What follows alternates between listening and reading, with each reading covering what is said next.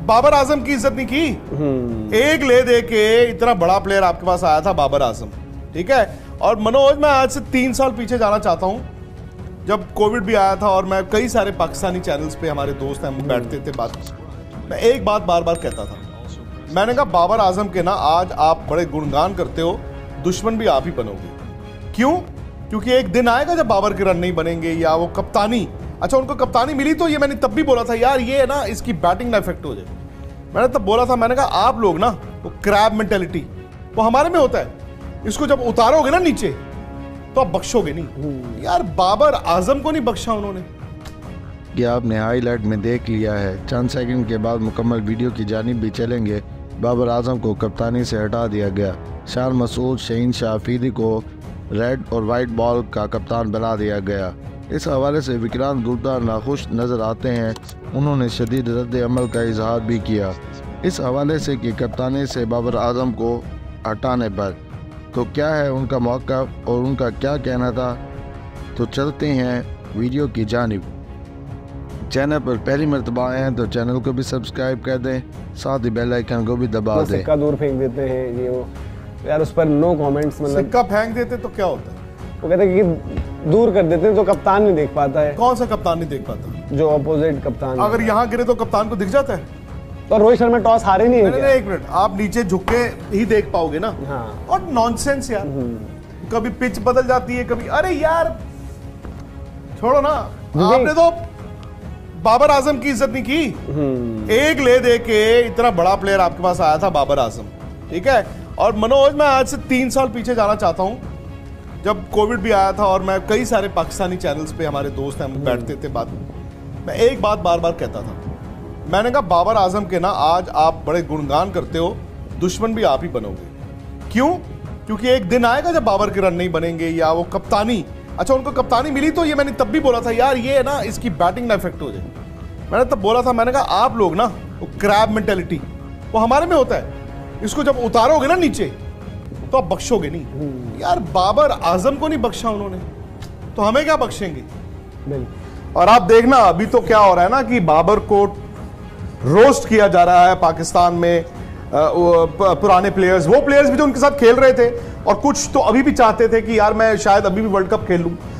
लेकिन अब आप देखना ये जो टीम है, ये वाली जो टीम है, इस टीम के प्लेयर्स भी जो हैं वो Aahista Aahista Aahista they will drift away. ये इस वर्ल्ड कप के दौरान आपको दिख रहा है बाबर का वो होल्ड नहीं है टीम पे जो होना चाहिए था। अब ये नहीं पता ना कि मतलब व्हाट केम फर्स्ट, बाबर की अपनी फॉर्म गिरी पहले या उनकी कप्तानी नीचे गई पहले, क्योंकि दोनों लिंक्ड हैं, तारें जुड़ी हुई हैं। और मेरा तो ये मानना है कि पाकिस्तान को आज इस बात का अंदाजा हुआ होगा इस वर्ल्ड कप में। मेरी भी एस्टिमेशन गलत थी और लोगों ने भी, मुझे भी लगता था यार ये सब कॉन्टिनेंट में है, इनकी बॉलिंग बड़ी अच्छी है।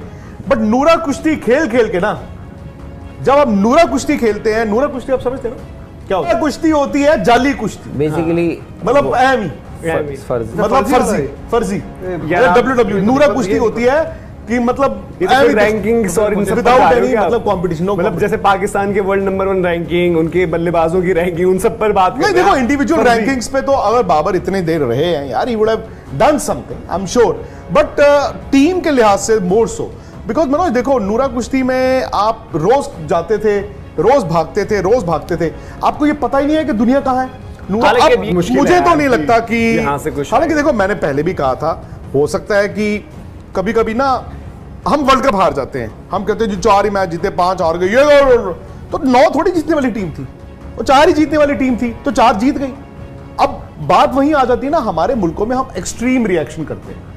एक्सट्रीम रिएक्शन का मतलब है कि वर्ल्ड कप हम जब अपनी टीम को तोड़ते समझते हो, भेजते हैं तो हम ये सोच के क्या जीत के ही आएंगे। और भाई इंडिया भी इतने वर्ल्ड कपों में 2 ही जीता है ना, इंग्लैंड भी 1 ही जीता है, आपको ये भी मानना होगा, पाकिस्तान 1 ही जीता है। तो अब हो सकता है, मैं तो ये भी मानता हूं कि Babar Azam could be the best that they have, but इसमें वहां पर लॉबिंग चल रही है शाहीन अफरीदी की, फॉर एग्जांपल, और शाहीन अफरीदी को बना दो, आधा पाकिस्तान कह रहा है 18 विकेटें अफरीदी की। जब आप रिकॉर्ड्स याद करोगे हैं तो आप कहोगे 18 विकेटें, मतलब you drill it in and it is नूरा कुश्ती। 3 विकेटें आई हैं नई बॉल से, 3 विकेटें आई हैं नई बॉल से, बाकी 15 का अचार डालना है। हारिस राउफ को देखो आप, 14 विकेटें उनकी भी, 14 पता नहीं सिराज की भी नहीं होंगी, 14 विकेटें बुमराह के बराबर शायद 500 मतलब वो तो ये होता है यार। अब इसमें बाबर आजम क्या करे, उधर से हारिस राउफ भाग रहा है, ठा की आवाज आती है वो चल उस छत पे, फिर आती है ठा की आवाज उस छत पे। नहीं, horrible, Pakistan campaign has been horrible and I think we all overestimated. वहां पर ये भी मेरा मानना है कि सिर्फ बाबर का कसूर नहीं है। अफरीदी की अगर 18 विकेटें हैं तो 3 तो नई बॉल के साथ है ना, बाकी 15 क्या है, चाटना थोड़ी है। सर इमाम हारिस राउफ का भी देख लो आप, रैंकिंग में जो गिनाते थे कि फखर जमान को लोग कह रहे नहीं खिलाया, तो फखर जमान ने भी बीच में तो उनकी फॉर्म तो गिर चुकी थी, ठीक है, उन्होंने आके बोल दिया कि जी मैं खेल सकता था। तो सीनियर प्लेयर अगर है, क्या उसको बाहर बिठाया गया? ये भी मैं जानना चाहता हूं कि क्या उनको इतना नहीं, वहां पर ऐसा क्यों होता है कि जो बाकी वो हैं वो कोचिंग नहीं कर पाते। सकलेन मुश्ताक अच्छा, वहां पे ये भी एक ट्रेंड है, आप हेड कोच भी रहोगे फिर आप नीचे आके बॉलिंग कोच भी बन जाओगे। अब ये तो नहीं हो सकता ना यार, आप अपने। और दूसरी बात है, आई थिंक ये बुरा मत मानना, इनके जो प्लेयर्स हैं as compare to India players, English language receptive कौन है? पाकिस्तान का अभी सपोर्ट स्टाफ देख रहा था, सारे विलायती लोग बिठाए हुए हैं।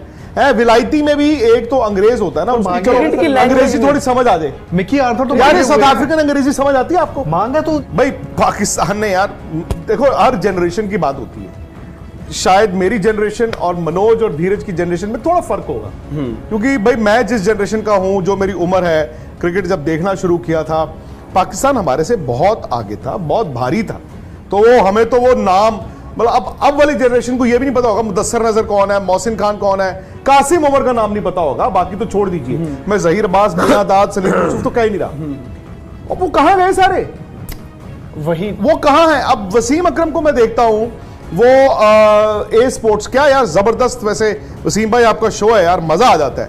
लेकिन पूछा किसी ने वसीम अकरम को, उन्होंने कहा यार ऐसा है, इस उम्र में ना मैं सोशल मीडिया पे गालियां खाने के लिए नहीं पैदा हुआ हूं कि मैं कोच बनके हर रोज खोलूं और सोशल मीडिया पे हर कोई जो है 12 साल का 8 साल का मुझे गालियां दे के चले जाए। कहता मैं नहीं, जो आपको इंक्लूसिव करना पड़ेगा ना। राहुल द्रविड़ बने हैं ना यार कोच इंडिया में। आप वसीम अकरम की बात, क्रिकेटर्स की बात बता रहा हूं, जो उस ड्रेसिंग रूम में 15 होते हैं, जो उस बस में 15 जाते हैं, वो अलग दुनिया में होते हैं। जो बाहर होता है ना, वो भले बड़े से बड़ा हो, अंदर वाले को लगता है ये कौन होता है मुझे बताने वाला, कि यार तेरे ना यहां से बैट नहीं आ रहा।